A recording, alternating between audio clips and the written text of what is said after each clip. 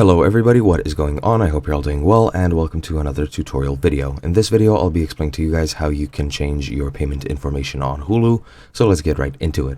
Hulu is an online subscription-based service for streaming videos such as shows and movies. It is similar to Netflix and it is currently available only in the US due to licensing issues. However, you can watch it anywhere in the world with the use of a VPN.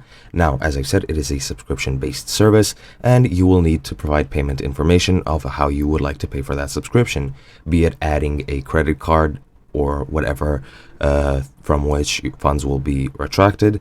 That is up to you. You can also use third-party billing such as Apple, Amazon, Xfinity from Comcast, Disney Plus, Roku, etc., etc. Now, to actually change the information, you need to go into your Amazon account page and your Hulu account page, pardon me.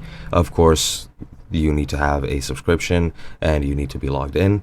And once you're there, go into your account page. Go under payment information. That will be on your account page.